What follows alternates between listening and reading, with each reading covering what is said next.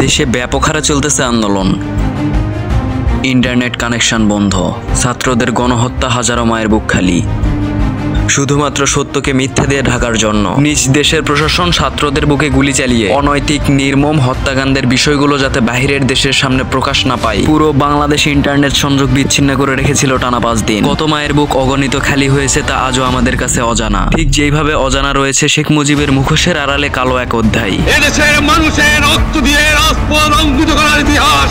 কোন বাংলার ঘর নাই যে ঘরে মুজিবুর রহমানকে ভালোবাসে না। আমি প্রধানমন্ত্রিত্ব চাই না, এই সমাজকে আমি চরম আঘাত করতে চাই।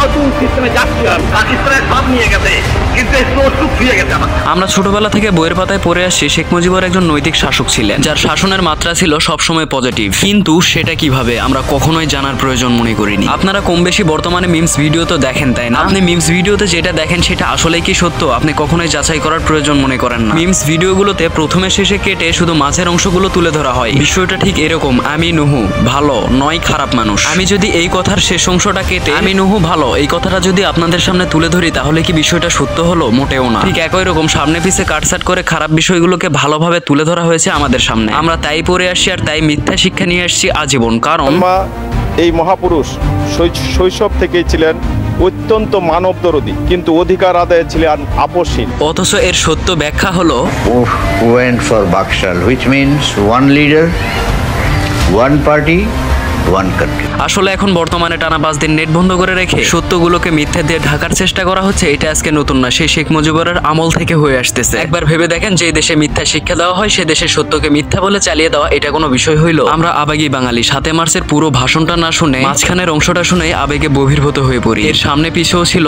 অনেক কথা যেটা আমাদের সামনে কোনোদিন তুলে ধরা হয়নি। যখন এদেশের মালিক হবার চেষ্টা করেছি তখনই তারা আমাদের উপর ঝাঁপিয়ে পড়েছেন। শেখ মুজিবুর বরাবরই পাকিস্তানের প্রধানমন্ত্রী হওয়ার চেষ্টা করেছিলেন। প্রতিনিধির কাছে ক্ষমতা হস্তান্তর করতে হবে।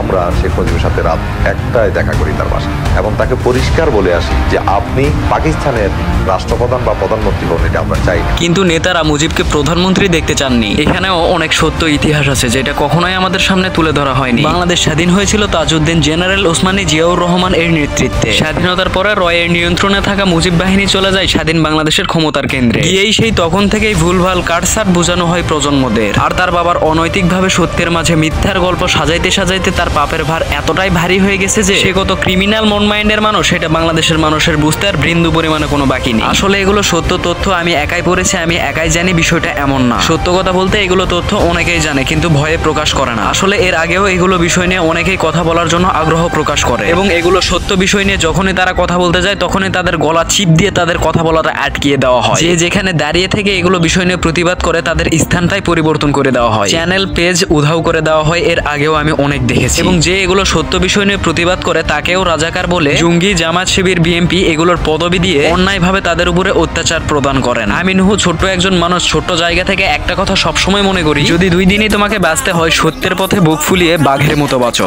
মরা লেগা বাইচাছি, মরার আবার কি ডর? রক্ত দিয়া দেশটাকে না, দেশটা কারো বাপের না। কত মায়ের বুকের কল যাই এমনি খাইবো হায় না। সময় হইছে আইয়া জটলা বাইন্দা ফিল্ডে লর, বাঁচলে বাঁচার মতো বাঁচ, নাইলে বীরের মতো মর।